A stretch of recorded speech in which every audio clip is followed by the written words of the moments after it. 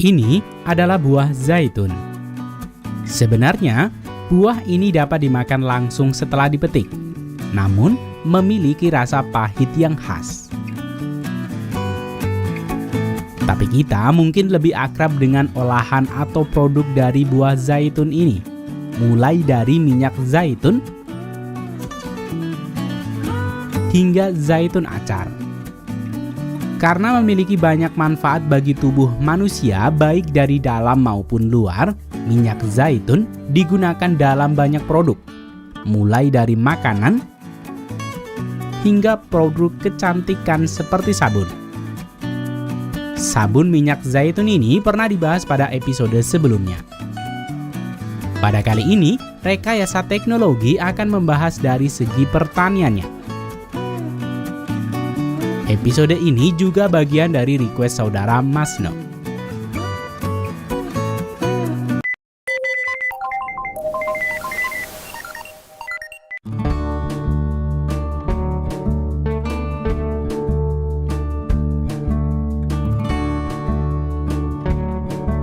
Pohon zaitun adalah pohon yang dapat berumur hingga ribuan tahun. Pohon satu ini biasa tumbuh di kawasan Mediterranean, seperti Spanyol dan Italia. Kini, negara yang menjadi negara penghasil terbesar di dunia adalah Spanyol, yang disusul oleh Yunani.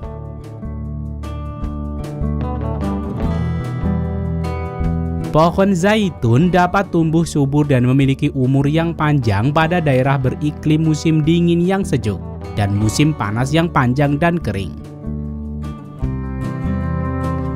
Kandungan tanah yang disarankan harus memiliki kandungan cukup asam dan basa dengan pH lebih dari 5 dan kurang dari 8,5.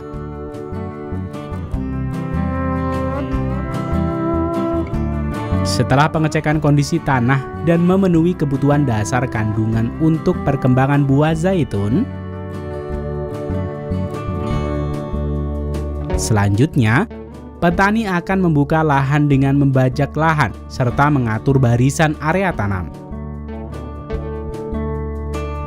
Selain itu, petani akan membuat selokan atau drainase untuk membuang kelebihan air pada musim hujan atau dingin. Syarat ini tidak diperlukan untuk perkebunan zaitun pada area lereng pegunungan. Beberapa hal yang wajib diperhatikan oleh petani adalah letak ladang zaitun, di mana letak perkebunan ini harus dapat menyediakan kebutuhan matahari langsung secara penuh, minimal 6 jam per hari. Sehingga kebun zaitun biasanya dikembangbiakan secara menyatu, mulai dari luas ratusan hingga ribuan hektar.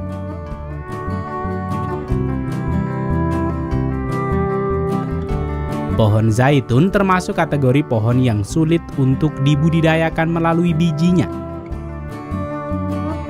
sehingga butuh perawatan ekstra dan membutuhkan masa panen yang lebih lama.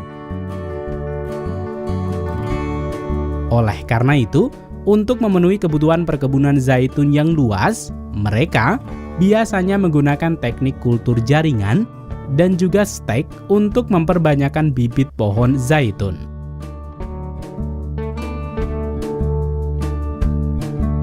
Bibit zaitun ini akan diberlakukan secara khusus pada rumah kaca hingga bibit ini mencapai tinggi antara 1,2 hingga 1,5 meter.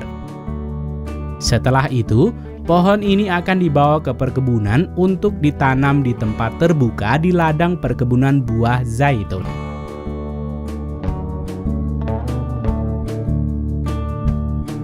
Walau memiliki habitat yang kering, di masa perkembangannya, sebelum pohon zaitun ini berbuah, bibit pohon ini membutuhkan cukup air.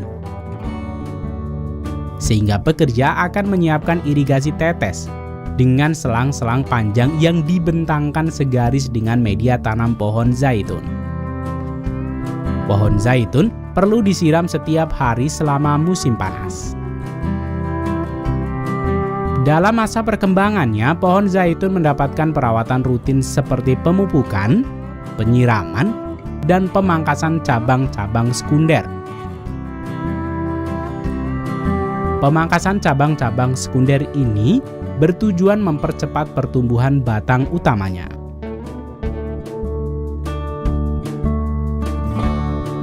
Seperti halnya pohon lainnya, pohon zaitun juga rentan terhadap serangan hama, seperti sisik hitam atau Seissetia olea.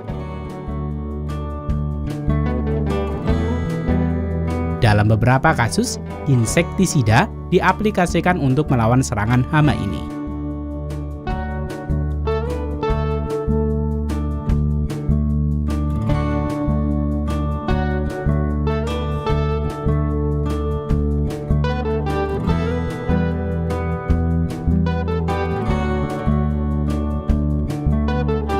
Jika pohon zaitun yang dikembangbiakan dengan biji mulai berbuah pada umur 5 tahun, pohon zaitun yang dikembangbiakan lewat stek dan cangkok dapat mulai berbuah sejak 2 tahun setelah tanam.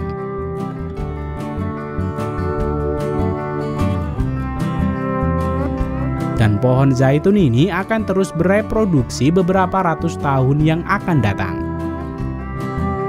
Buah zaitun muda memiliki warna hijau dan akan berubah hitam seiring kematangan dari buah zaitun. Namun beberapa petani tidak akan menunggu hingga buah zaitun ini benar-benar tua. Kebanyakan petani akan memanen saat buah zaitun masih hijau tua. Dan ketika musim panen tiba, petani akan membawa traktor pemanen mereka. Hal yang menarik dari panen buah zaitun adalah terdapat banyak sekali jenis mesin dan cara memanen buah zaitun yang berbeda.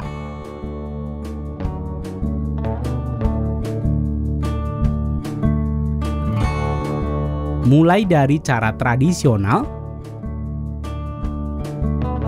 cara semi-otomatis, hingga full otomatis. Bahkan, untuk jenis mesin full otomatis ini pun masih ada banyak variannya. Pada kali ini kita cukup membahas 2 jenis mesin pemanen buah zaitun.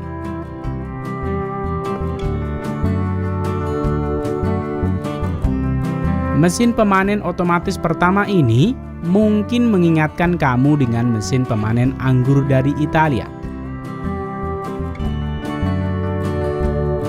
Ya, mesin ini masih memiliki cara kerja dan desain kerangka yang sama, di mana kendaraan ini akan lewat di atas pohon zaitun. Kemudian akan menggerakkan pohon zaitun dengan garpu-garpu yang berputar, membuat buah zaitun berjatuhan. Ketika buah zaitun jatuh ke bawah, konveyor berjalan sudah siap menerima dan membawanya ke atas. Kemudian dengan tangan konveyor ini mengarahkan hasil buah zaitun ke traktor pengangkut yang berjalan mengiringi traktor pemanen ini.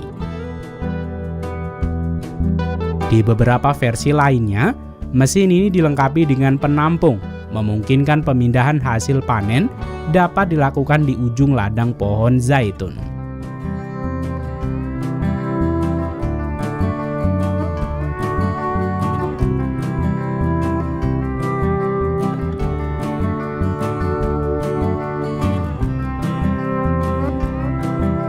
Mesin kedua ini memiliki sayap seperti konsep sayap kelelawar dengan ditopang struktur besi di setiap jerujinya.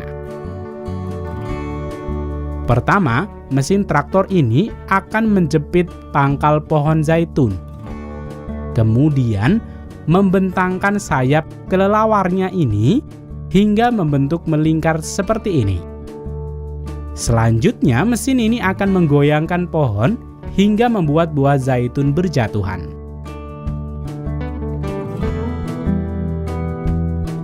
Buah zaitun yang berjatuhan ditampung pada bagian bawah penggerak mesin ini.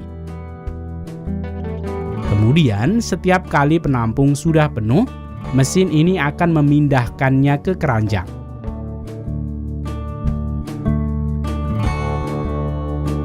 Inilah beberapa teknik pemanenan lainnya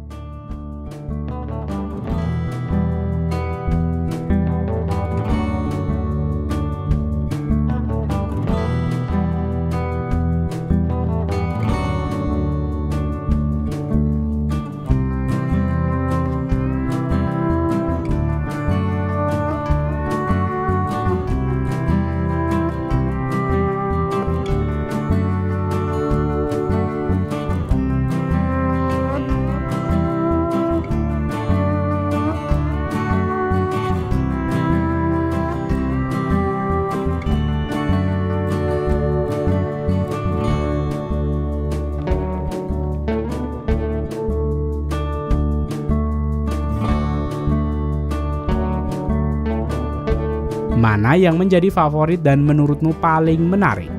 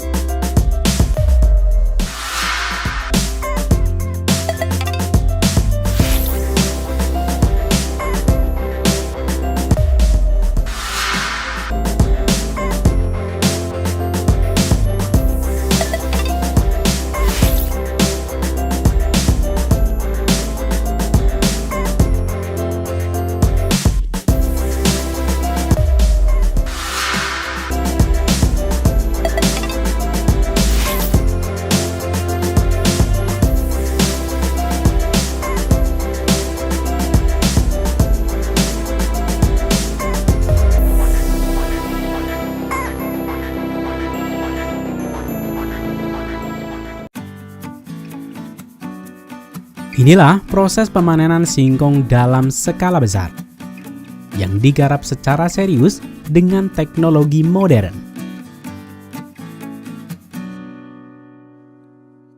Pada kali ini, rekayasa teknologi akan meliputnya untuk Anda.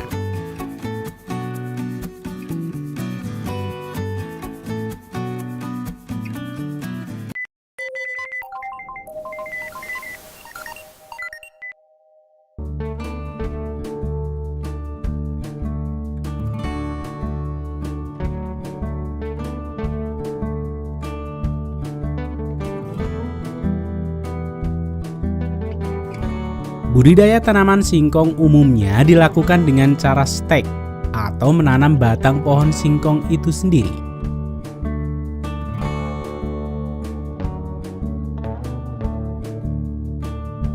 Jika dulu petani memotong batang singkong terlebih dahulu yang kemudian ditanam secara manual,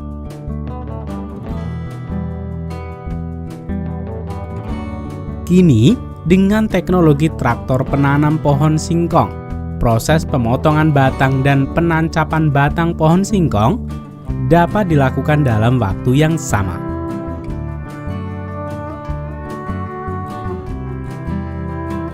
Proses ini dibantu beberapa orang yang memasang batang pohon singkong di bagian belakang mesin dan satu orang sebagai driver mesin traktor.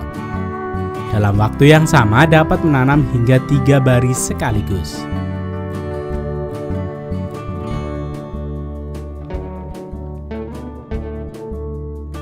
Tanaman singkong ditanam berdasarkan jarak tertentu sesuai dengan kondisi tanah dan musim tanam.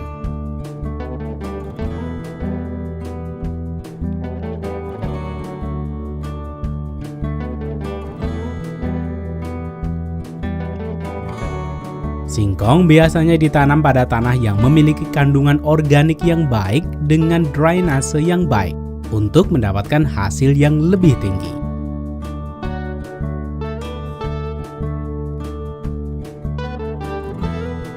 Setelah batang pohon tumbuh dan berumur 1 bulan, para pekerja akan membenarkan posisi barisan tanah dan sekaligus membersihkan dari gangguan rumput yang ada.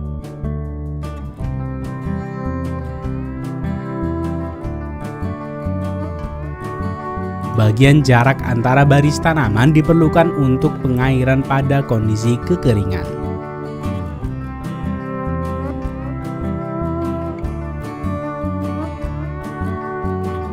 Kondisi kadar air yang ideal di lahan umbi akan menghasilkan 2 kali lipat pada kandungan 25% air. Selain itu, pemberian pupuk kandang dan pupuk yang sesuai tepat waktu dalam budidaya juga berperan penting meningkatkan produksi singkong.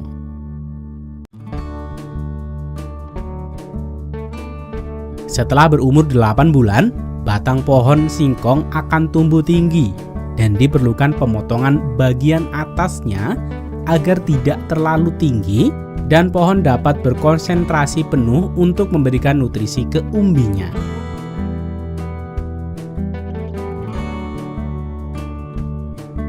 Untuk melakukan panen dapat dilakukan setelah pohon singkong mencapai umur 12 bulan.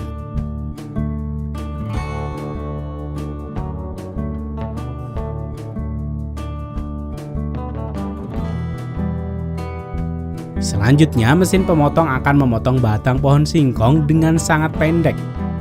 Dan batang-batang ini akan dikumpulkan dan digunakan pada musim tanam berikutnya.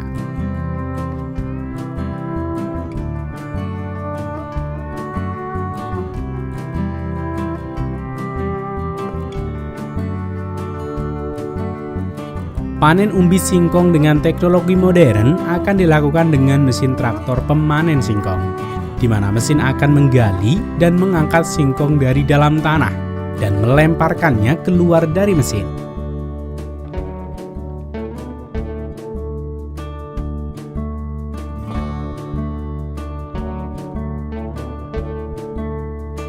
Selanjutnya akan diambil dan dikumpulkan oleh orang-orang secara manual.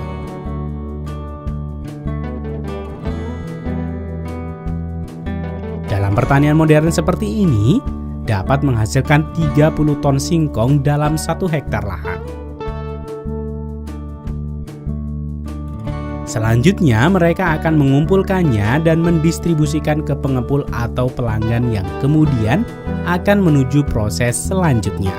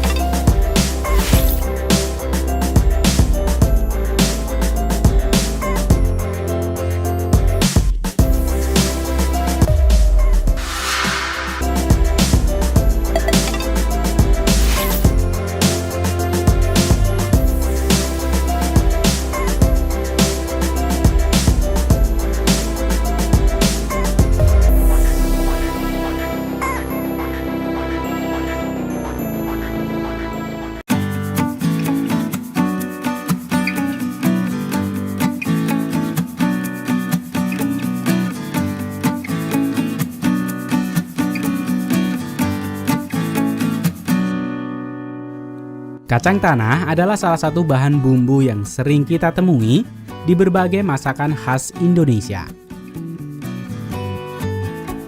Mulai dari bumbu sate hingga bumbu lotek, dan berbagai jenis cemilan lainnya. Namun sayangnya sejak tahun 2006 penghasilan kacang tanah nasional terus menurun. Salah satu masalah utama yang dihadapi petani kita adalah benih kacang tanah yang tak bisa disimpan lebih dari 3 bulan untuk mendapatkan kualitas yang bagus.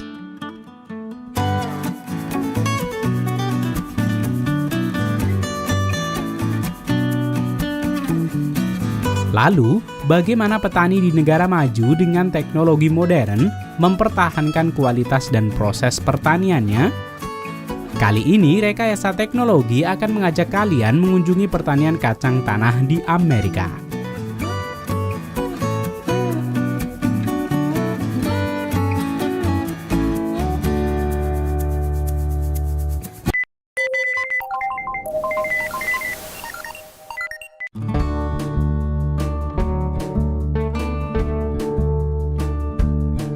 Seperti halnya masalah yang dihadapi petani kita, langkah yang paling penting dan pertama dilakukan oleh petani kacang adalah petani harus memastikan untuk mendapatkan benih berkualitas tinggi.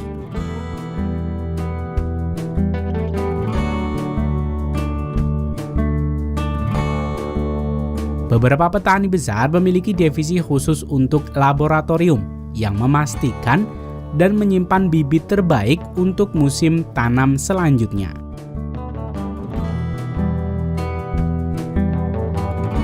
Setelah bibit kacang siap, selanjutnya petani akan menyiapkan ladang kacang dengan melakukan pembajakan di sepanjang area tanam. Dengan mesin traktor pembajak ini, mesin akan membalik tanah dan juga membuat area tanam atau bedengan semacam ini. Tujuan dibuatnya bedengan selain membuat rapih area tanam, bedengan juga berguna untuk membuat sirkulasi udara di dalam tanah menjadi baik dan stabil.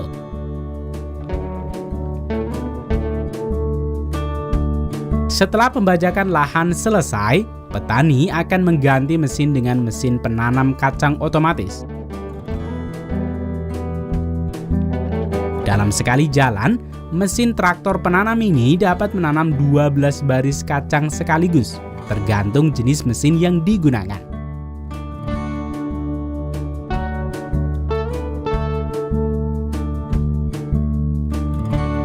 Petani menanam benih kacang antara 53 hingga 64 kg benih per hektar. Tergantung pada ukuran benih, kondisi tanah, dan kondisi cuaca sebelum penanaman.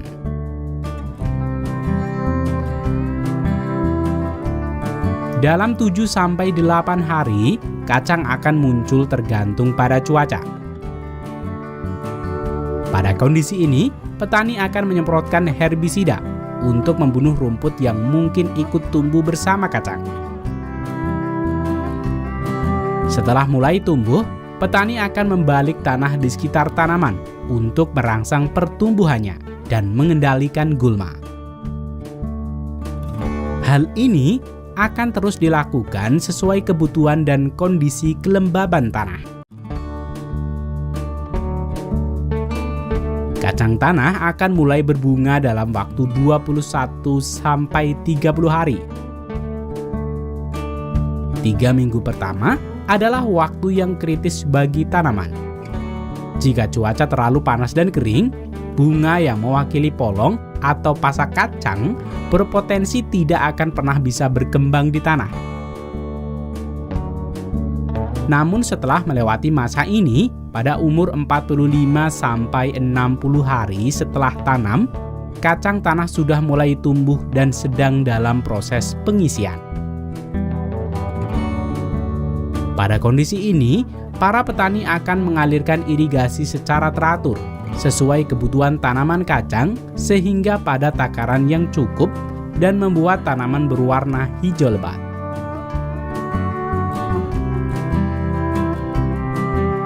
Selain mengalirkan air, petani juga akan menyemprotkan fungisida dalam upaya memerangi penyakit yang mungkin menyerang tanaman yang sedang berkembang. Penyemprotan ini biasa dilakukan dengan traktor penyemprot atau menggunakan pesawat jika kondisi tanah terlalu basah dan tidak bisa menopang berat traktor. Sampai pada kondisi ini, petani sudah melakukan segala upaya yang dapat dilakukan untuk pertumbuhan kacang yang berkualitas. Selanjutnya adalah hal yang tidak kalah penting, yaitu keputusan sulit yang harus dibuat petani untuk menentukan waktu panen.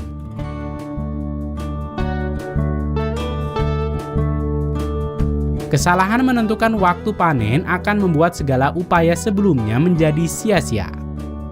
Jika petani melakukan panen terlalu cepat menyebabkan hasil tidak optimal karena banyak polong yang masih belum tua dengan kadar air polong dan biji masih tinggi sehingga menghasilkan biji keribut.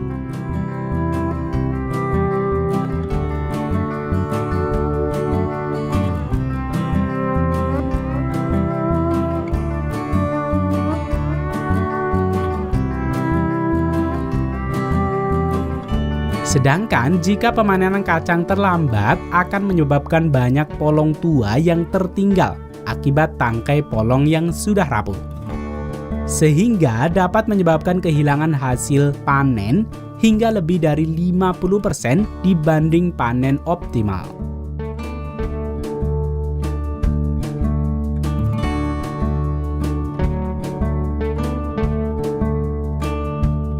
Sehingga petani akan menggunakan metode umum untuk menganalisis permukaan cangkang untuk menentukan kematangan optimal.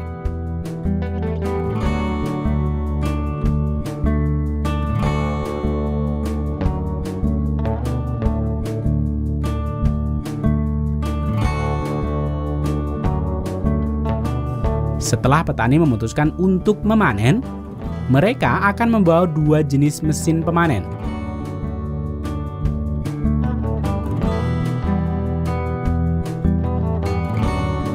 Mesin traktor pertama bertugas untuk mencabut tanaman dari tanah dan meninggalkannya di belakang.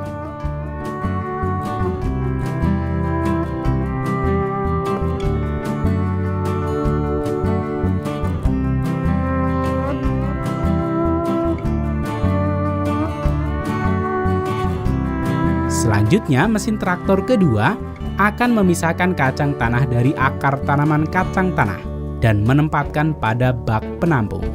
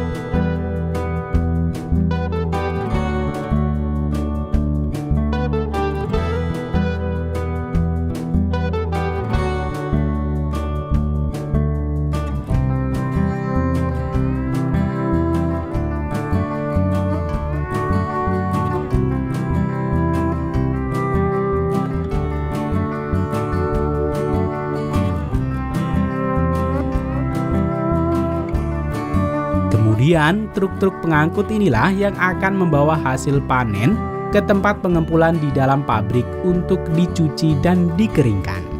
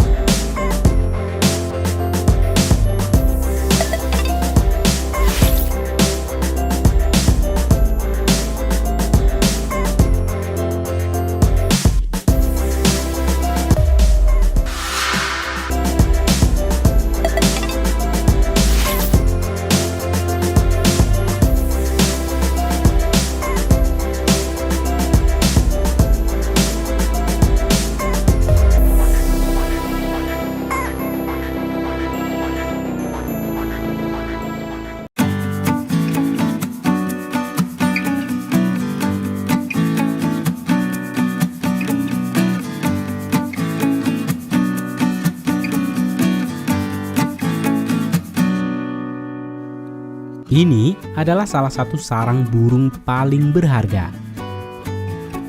Sarang burung walet jenis mangkuk di pasaran dibanderol dengan harga 13 juta per kilogram. Sedangkan harga sarang burung walet jenis sudut mencapai 9 juta rupiah per kilogram.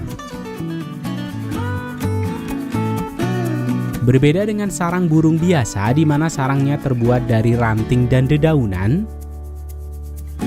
sarang burung walet dibuat dari air liur yang akan mengeras dan menciptakan gumpalan.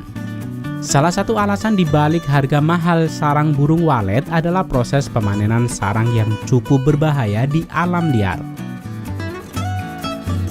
di mana sarang alaminya berada di dinding-dinding gua yang curam. Alasan lainnya adalah proses pembersihan hingga siap dan layak dikonsumsi melalui proses yang panjang dan rumit. Sarang burung walet sendiri umumnya diolah atau dimasak menjadi sup. Setelah dimasak, sarang burung walet ini akan berbentuk kenyal seperti agar-agar. Pada liputan kali ini, Rekayasa Teknologi akan mengajak kalian untuk mengunjungi peternakan sarang burung walet terbesar di dunia yang terletak di Indonesia, tepatnya di Kota Medan dan Deli Serdang, Provinsi Sumatera Utara. Liputan ini juga bagian dari request sahabat semua yang telah menuliskan di kolom komentar.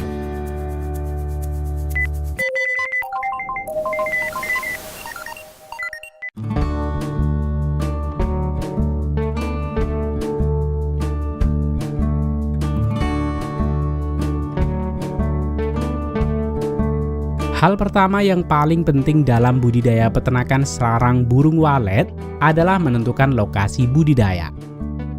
Lokasi budidaya ini harus dekat dengan populasi alami burung walet dan juga kandang harus dekat dengan sumber pakan alami seperti sawah dan pinggiran aliran sungai. Di Sumatera Utara, tepatnya di Medan dan Deli Serdang, kondisi ini dapat dipenuhi dengan baik, di mana Medan dan Deli Serdang memiliki danau, pegunungan dan juga iklim tropis yang sempurna untuk budidaya sarang burung walet. Setelah mendapatkan tempat yang memenuhi kriteria dasar dalam budidaya burung walet, selanjutnya adalah membangun rumah atau gedung untuk burung walet membuat sarang di dalamnya.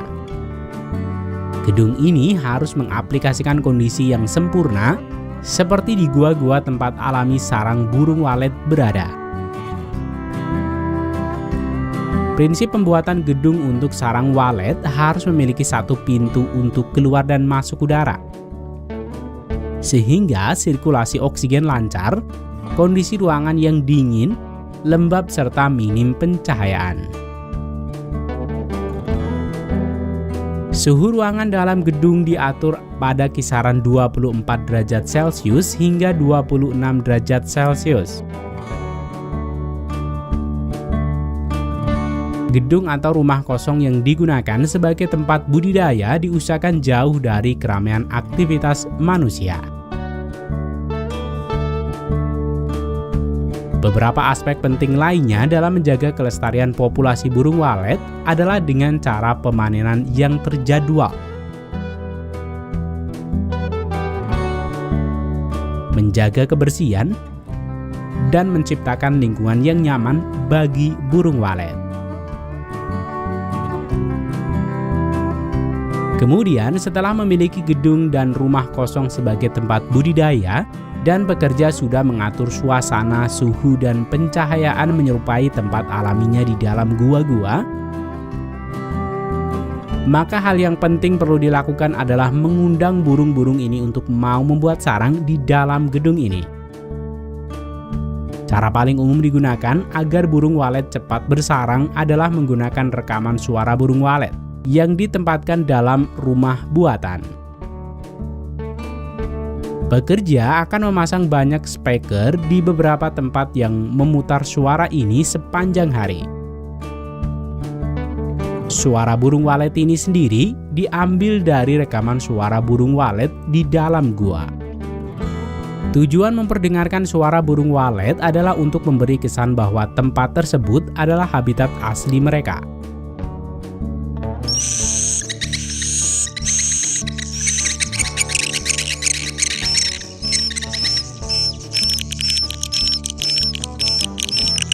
Cara lainnya adalah dengan mencampurkan air liur dan kotoran burung walet, kemudian menempelkannya di seluruh dinding ruangan sehingga memancing burung walet untuk mendekat.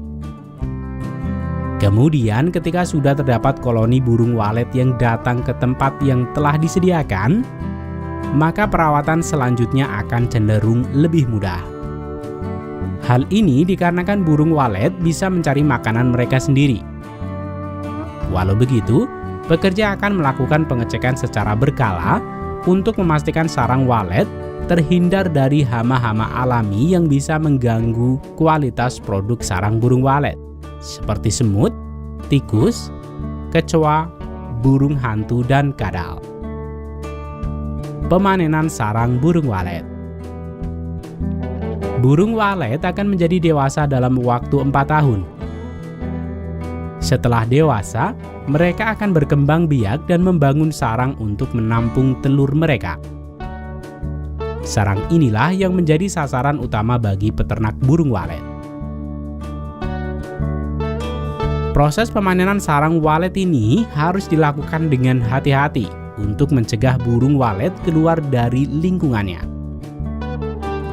Pekerja akan memanen sarang walet antara 2 hingga 3 bulan sekali, tergantung dari berapa banyak sarang yang sudah dihasilkan dan perkembangbiakan burung walet. Terdapat 3 cara dalam memanen sarang walet. Pertama, pemanenan sarang walet dilakukan hanya setelah burung walet selesai bertelur dan menetaskan anaknya. Namun cara panen ini membuat kualitas sarang burung walet tidak terlalu bagus. Akan tetapi, cara ini dapat membuat walet bisa berkembang biak dengan cepat, sehingga mampu meningkatkan populasi mereka. Kemudian cara kedua adalah memanen sarang walet setelah telur diletakkan ke dalam sarang. Cara ini akan membuat kualitas sarang yang lebih bagus dan tebal. Akan tetapi membuat burung walet tidak bisa menetaskan telurnya. Sedangkan cara yang ketiga yaitu memanen sarang walet sebelum burung walet bertelur. Kelebihan cara ini yakni kualitas sarang yang bagus dan produksi yang banyak. Namun, tidak ada peremajaan dan dalam jangka panjang, kualitas sarang akan menurun karena menipisnya air liur burung walet. Sehingga teknik-teknik ini harus dikombinasikan untuk menjamin keberlangsungan budidaya sarang walet ini. Selanjutnya, hasil panen sarang burung walet ini akan dibawa ke pabrik produksi. Tempat sarang walet akan diproses hingga menjadi produk jadi. Proses pembersihan dan prosedur pengolahannya harus memenuhi standar dari HACCP, yaitu metode sistematis berbasis sains untuk memastikan keamanan dari produk pangan yang diproduksi. Sebelum memasuki pabrik pengolahan sarang burung walet ini, para pekerja harus melalui proses pengecekan yang ketat, mulai dari kebersihan hingga proses sterilisasi. Para pekerja bekerja dalam tim yang diawasi oleh supervisor. Sarang-sarang burung walet yang baru masuk ini akan memasuki ruang penyortiran bahan baku. Para pekerja akan menentukan bentuk, ketebalan, dan juga jenisnya, yang kemudian mengkelompokkannya berdasarkan tingkatan kualitasnya. Selanjutnya, sarang walet ini akan dibawa memasuki ruang pembersihan awal. Di sini, sarang walet akan dibersihkan dari kontaminasi bulu dan kotoran burung. Para pekerja harus benar-benar teliti dan sabar dalam proses pembersihan yang cukup melelahkan ini. Kemudian sarang walet ini akan menuju proses pembersihan dengan menggunakan sikat dan air mengalir.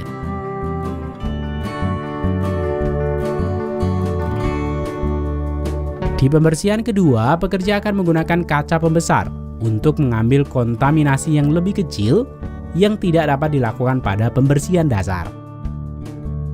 Selanjutnya, sarang dicetak kembali ke bentuk alaminya setelah melalui berbagai tahapan pembersihan yang merusak bentuk aslinya.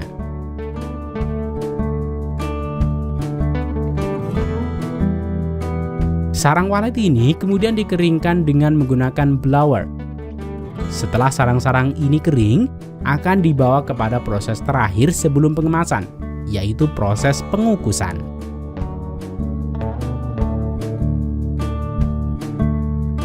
Proses pengukusan sarang walet ini bertujuan membunuh flu burung dan bakteri lainnya.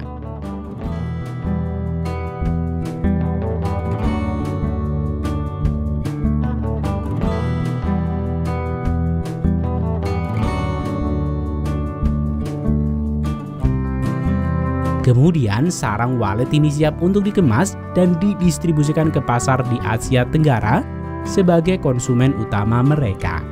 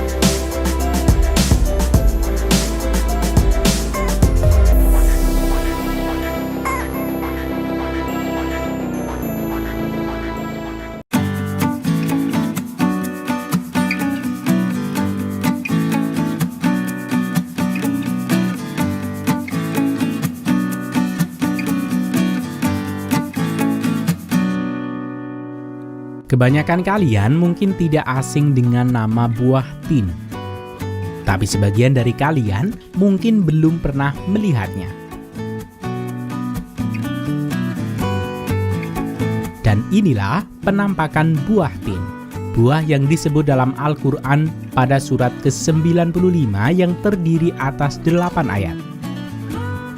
Selain dikenal dengan nama buah tin dalam bahasa Arab, buah ini juga memiliki nama lain. Buah ini disebut dengan buah ara dalam bahasa Latin. Sementara dalam bahasa Inggris dikenal dengan nama buah fig dan buah figue dalam bahasa Prancis.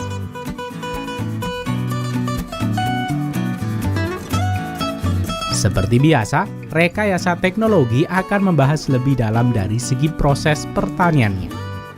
Liputan kali ini bagian dari request Saudara Wijaya.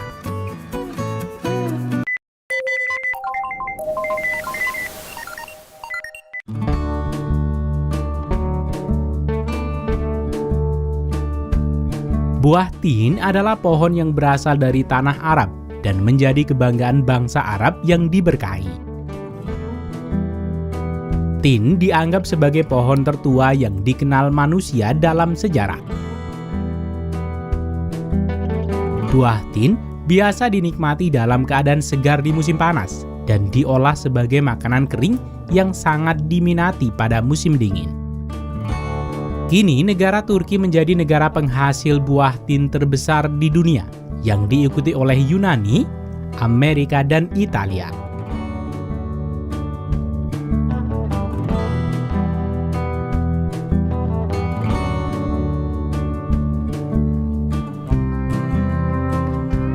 Habitat asli pohon tin berada di daerah kering dan cerah, dengan tanah yang dalam dan berbatu pada ketinggian 1.700 meter di atas permukaan laut.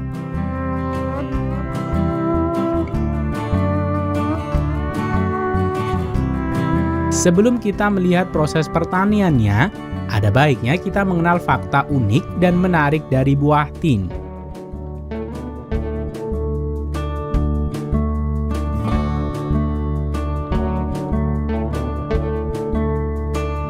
Pertama, seperti halnya buah nanas, buah tin ini sebenarnya adalah bunga dan bukan buah sejati. Bunga atau buah tin ini pun terdapat dua jenis, yaitu buah jantan dan buah betina. Keduanya memerlukan untuk disatukan sehingga terjadi penyerbukan. Namun sayangnya, bunga tin ini tidak akan pernah mekar, sehingga satu-satunya serangga yang dapat membantu penyerbukannya, sebagian akan mati di dalam buah tin.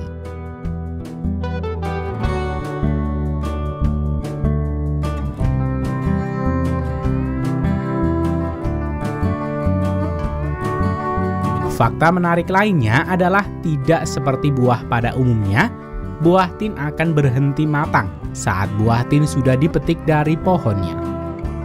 Hal ini membuat petani harus menentukan kematangan buah tin yang sempurna yang dibutuhkan secara pasti. Mari kita mengunjungi pertanian buah tin atau buah ara. Sebenarnya buah tin dapat dikembangbiakan melalui bijinya, namun sayangnya tidak ada kepastian bibitnya memiliki sifat seperti induknya. Sehingga umumnya petani buah tin akan menggunakan teknik cangkok atau stek untuk memperbanyak pohon ini.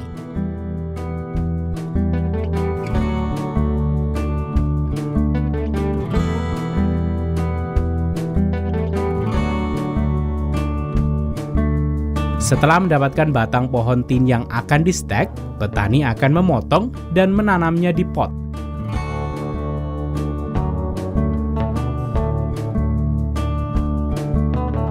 Kemudian akan menempatkan bibit pohon tin ini di rumah kaca untuk perawatan maksimal dan lebih mudah untuk mengatur suhu dan kelembaban yang dibutuhkan di masa perkembangannya. Setelah bibit pohon ini berumur 6 bulan dan sudah memiliki akar sempurna, selanjutnya pohon ini akan dibawa ke ladang untuk ditanam dan dibariskan sesuai jarak yang sudah ditentukan di ladang buah tin.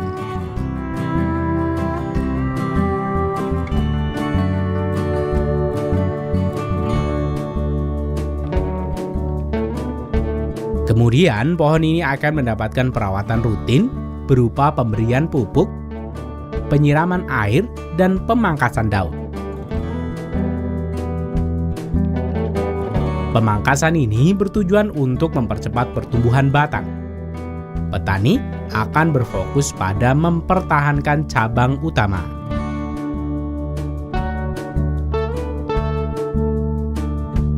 Karena kebanyakan pohon tin ini dibudidayakan melalui cangkok dan stek, maka pohon buah tin ini biasanya mulai berbuah pada umur 1,5 hingga 2 tahun setelah tanam. Buah tin butuh sekitar 1 bulan untuk matang.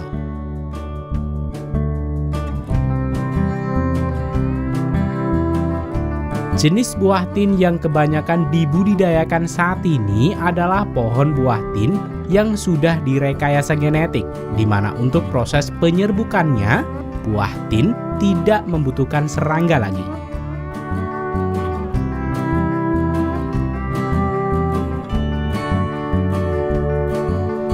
Kini, buah tin umumnya dapat melakukan penyerbukannya sendiri, sehingga hasil panen untuk buah tin kini sudah tidak perlu khawatir akan menemukan serangga di dalam buah tin.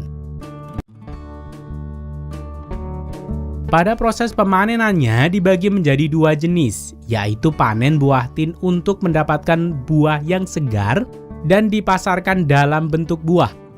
Dan yang kedua, pemanenan untuk diolah menjadi aneka jenis makanan jadi, antara lain manisan ataupun jenis makanan lainnya.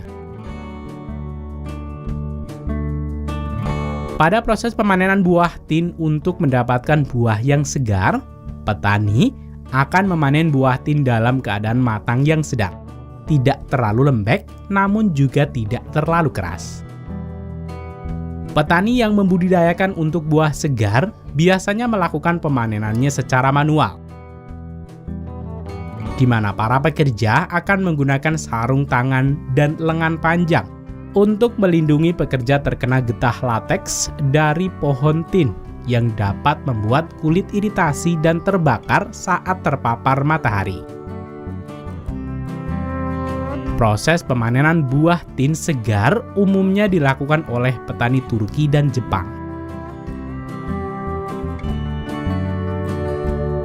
Sedangkan pemanenan kedua, di mana tujuan pertanian ini untuk olahan buah tin jadi, petani akan membiarkan buah tin masak sempurna hingga terjatuh. Dan sebelum musim buah-buahan ini berjatuhan, para pekerja akan membersihkan tanah pada area sekitar pohon tin.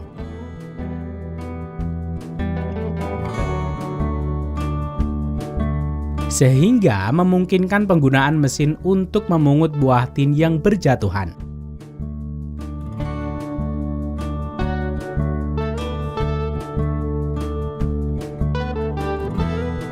Hal inilah yang bertanggung jawab kenapa jutaan orang Amerika tidak pernah mencicipi buah tin dalam kondisi segar.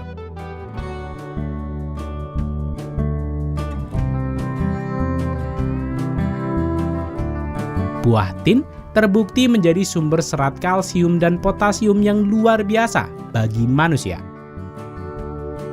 Buah ini juga tinggi serat dan kalsium yang sangat baik.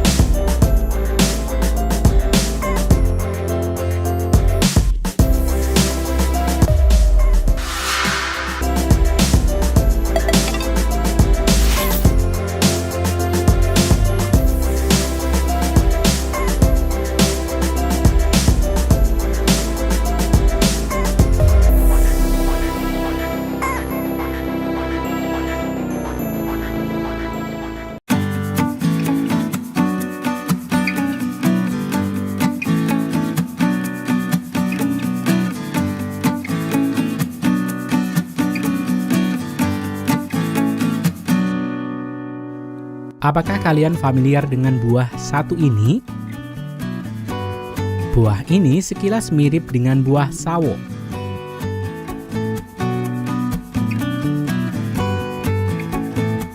Walau Selandia Baru adalah negara yang terkenal sebagai penghasil buah kiwi, namun kenyataannya buah kiwi sebenarnya berasal dari Cina.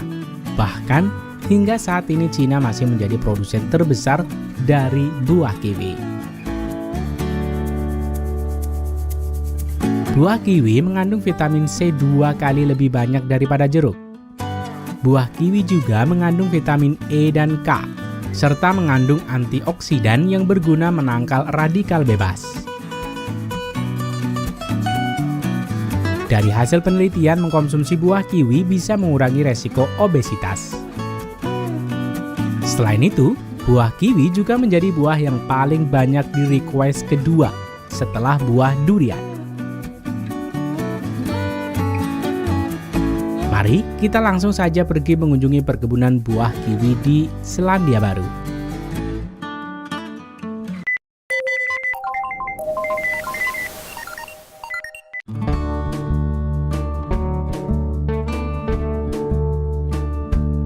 Kiwi dapat tumbuh dengan baik di kawasan dataran tinggi yang beriklim basah. Idealnya, tinggi lahan berada di antara 800 hingga 3.000 meter di atas permukaan laut.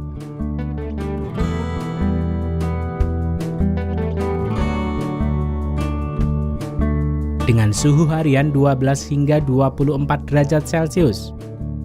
Suhu paling tinggi yang bisa diterima kurang dari 26 derajat Celcius.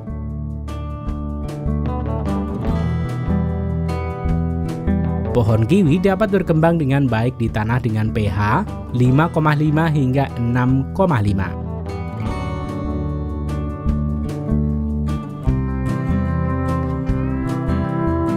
Seperti halnya buah yang memiliki biji lainnya, buah kiwi juga dapat dibudidayakan melalui bijinya. Namun untuk mendapatkan bibit unggul yang tahan penyakit dan juga dapat menyediakan lebih banyak bibit dalam waktu yang singkat, petani besar seperti ini biasanya menggunakan kultur jaringan dari induk unggulan.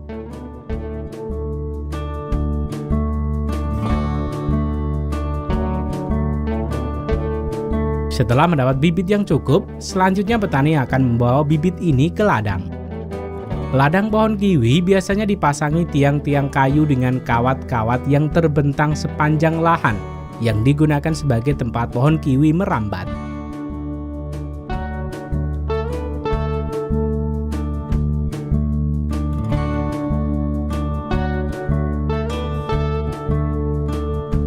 Pada awal pertumbuhan buah kiwi seperti ini, biasanya petani akan memasang kanopi seluas ladang pohon kiwi untuk mengurangi intensitas terik matahari dan juga meningkatkan persentase hidup bibit kiwi muda.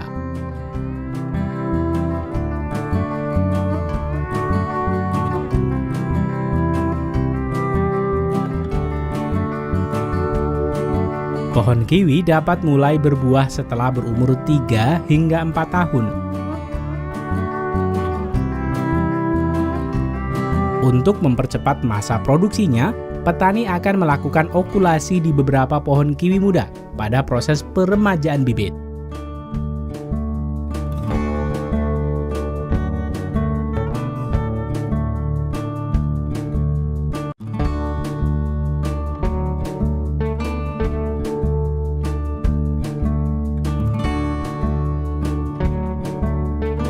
Selama masa perkembangannya, pohon kiwi membutuhkan perawatan yang tidak begitu sulit, namun harus teratur.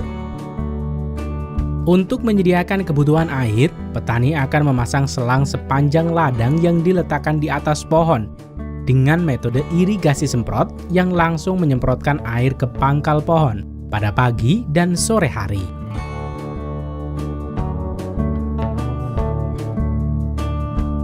Apabila pohon sudah berusia di atas 1 tahun, intensitas penyiraman bisa dikurangi menjadi 2 hingga 3 kali dalam seminggu. Selanjutnya, untuk memenuhi kebutuhan nutrisi, petani akan memberikan pupuk organik setiap awal musim semi dengan mesin traktor khusus ini. Mesin ini dapat memberikan pupuk secara merata pada bagian kanan dan kiri traktor saat mereka berjalan melewati kebun.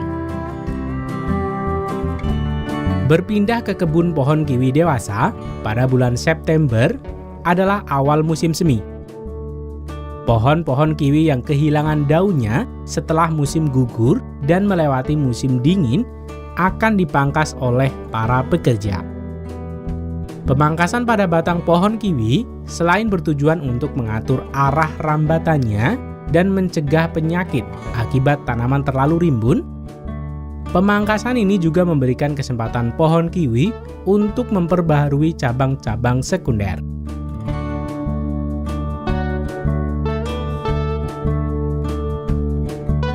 Setelah daun-daun mulai muncul dan cabang-cabang baru sudah mulai merambat di pertengahan musim semi, Petani akan memberikan pupuk dan juga melakukan penyemprotan hama.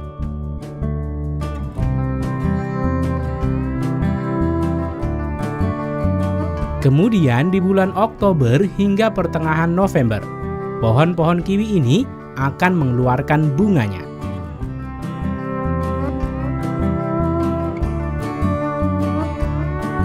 Pada saat bunga-bunga ini mekar, petani akan menginspeksi bunga pohon kiwi. Yang selanjutnya, mereka akan membawa koloni lebah ke perkebunan untuk membantu proses penyerbukan. Untuk merangsang lebah agar segera berburu bunga, petani akan mengambil beberapa serbuk sari dari bunga kiwi dan meletakkannya di atas kandang. Aroma benang sari ini akan dengan segera membuat lebah pekerja melakukan tugasnya.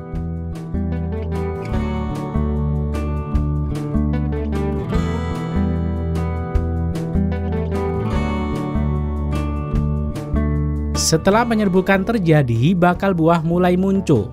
Pekerja akan menginspeksi bakal buah dan menyingkirkan beberapa bakal buah yang tidak sehat dan mudah rontok dari tangkai pohon.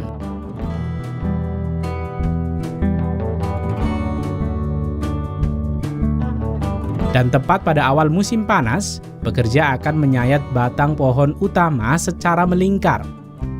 Teknik ini dipercaya akan membuat pohon kiwi dapat menghasilkan bunga dan buah lebih banyak pada panen selanjutnya.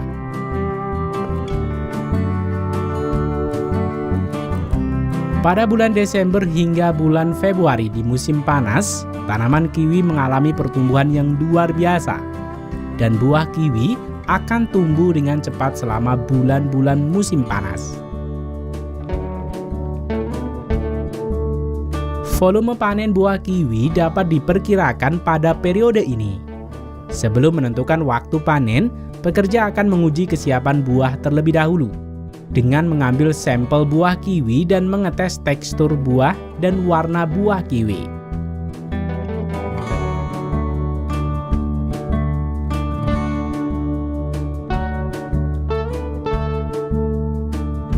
Pada bulan Maret hingga bulan Mei, di musim gugur, cuaca di Selandia Baru mulai mendingin. Dan pada bulan inilah waktu yang tepat untuk memanen buah kiwi.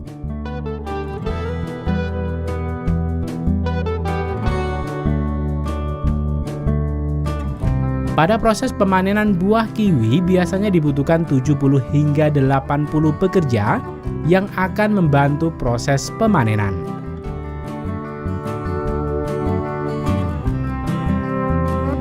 Tim pemanen dibagi menjadi tim pemetik buah di ladang, harvest auditor,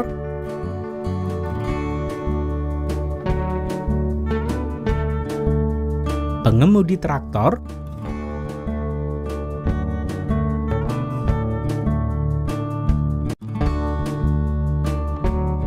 operator forklift,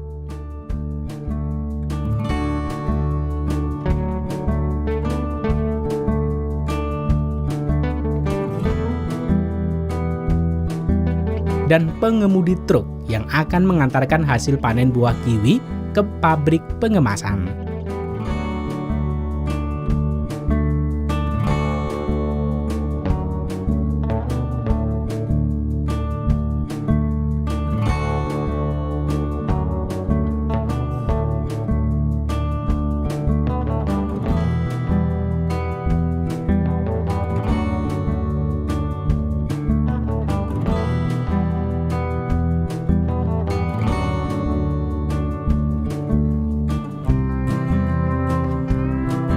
Pada pabrik pengemasan, buah kiwi akan melalui proses penyortiran, mulai dari ukuran hingga kualitas buah kiwi.